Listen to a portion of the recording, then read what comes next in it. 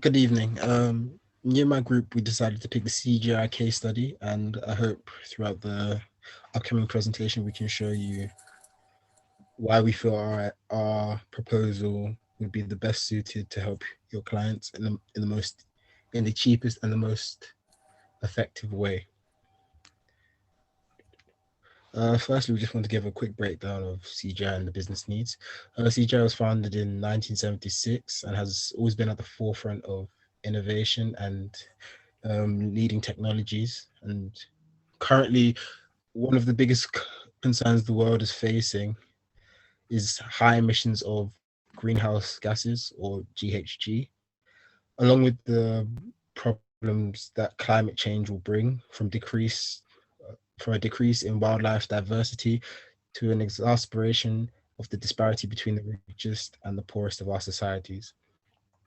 Tackling the climate change conundrum is the priority of almost all world governments and local authorities, along with also making their cities far more livable for the general population.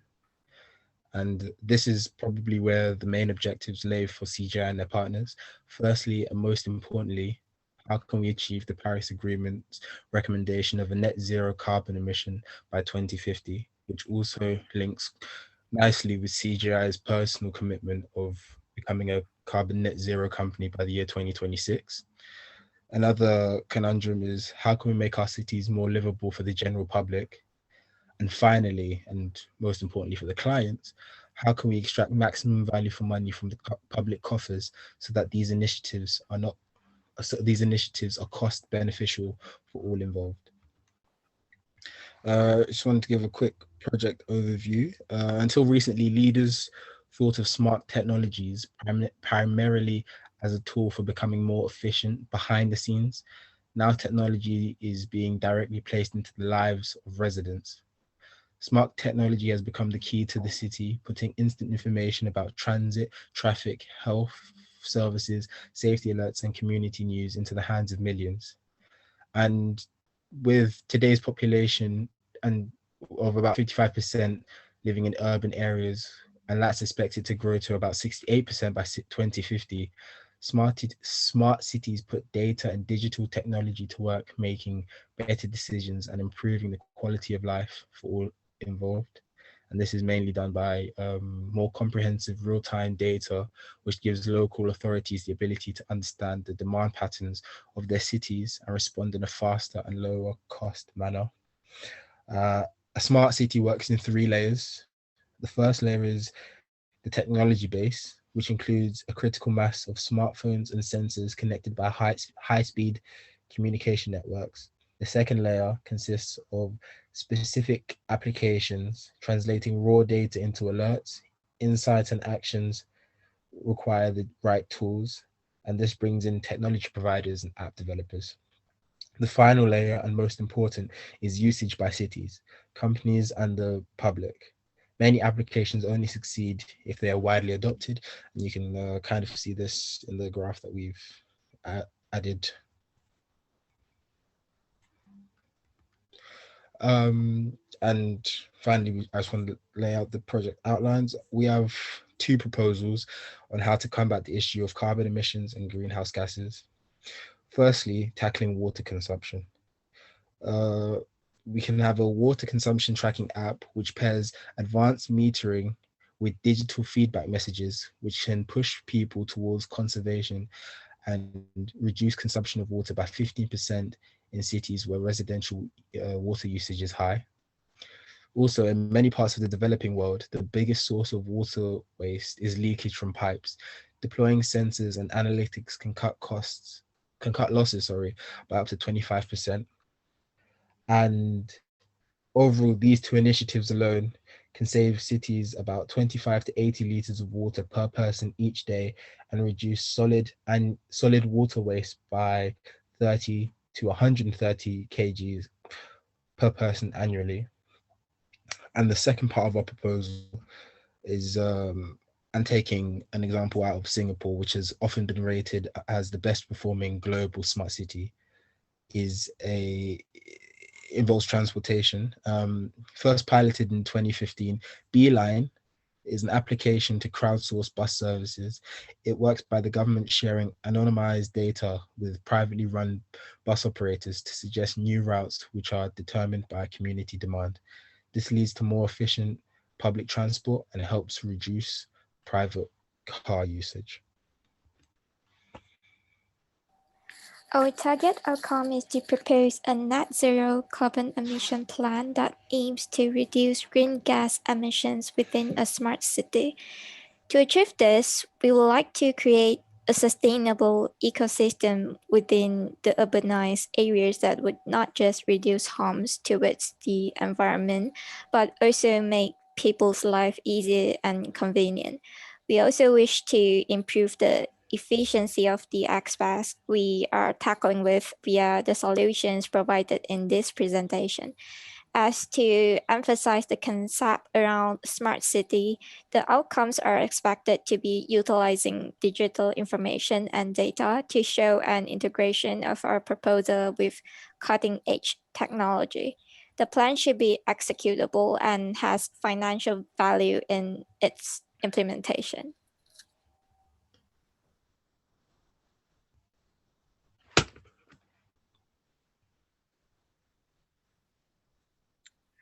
The solution capabilities and solution components are the following. We can employ water consumption tracking systems to monitor the water levels in each residential area. Through this, we can evaluate if water consumption is high, and if so, try to work out solutions to reduce it. For this to occur, we need to hire experienced analysts and environmentalists who can work together to monitor the levels consistently. Furthermore, we need technologies to monitor water levels by either building a system with the support of engineers or software developers, or we can develop a partnership deal with service providers, for example, Water Plus, who monitor water levels. Another idea is to reduce greenhouse emissions by recycling materials. The company can collect all forms of materials such as paper, plastic, cans, and cards, and can use a lorry to drop off these materials at a recycling site near to the area. Other idea is to install solar panels during the summer periods. By using some solar panels, the company can reduce energy costs and increase sustainability as it reduces carbon footprint and fossil fuel usage.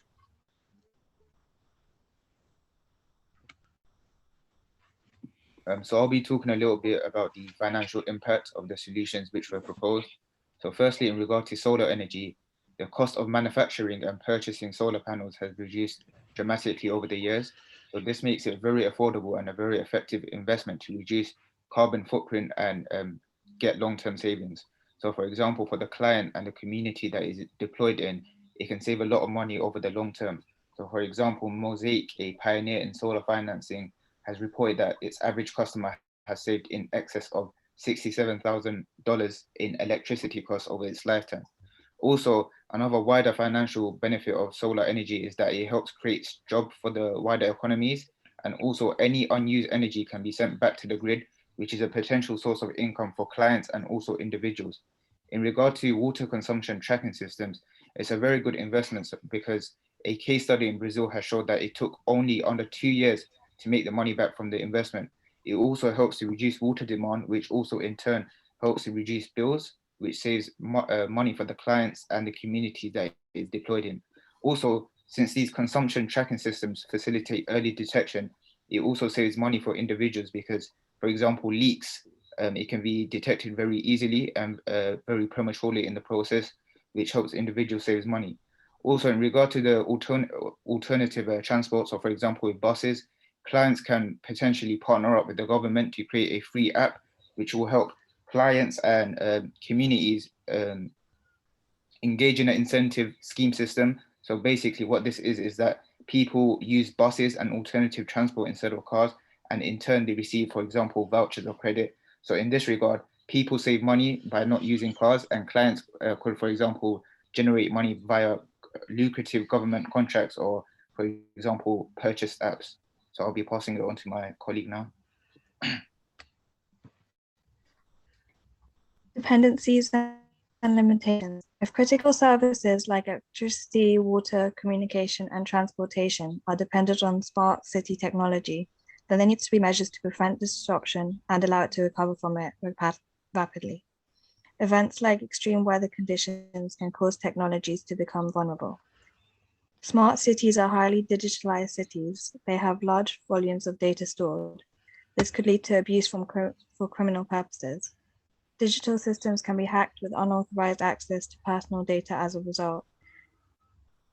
Data analytics can combine data sets to infer someone's lifestyle, habits, and more, even to the point that others are able to know more about a person than the person itself. If vital digital infrastructures fail or become compromised by malicious attacks, serious disruptions of society and economy can be the result. The challenge is to make digital infrastructure and smart solutions resilient. Modern ICTs are dependent on rare and highly refined materials. These materials are highly resource consuming to mine and refine, and many of them increase the risk of human exposure to hazardous materials. They are also contributing to e-waste, which in turn has serious environmental, health, and social consequences. Although solar energy is critical to addressing both climate change and energy poverty, we need a greener product design and supply chain responsibility to maintain sustainability. To manage photovoltaic waste, we need a circular economy approach. This would ensure that materials used to create the technology needed are produced sustainably and recycled sustainably. Smart cities are dependent on the usage by cities, companies, and the public.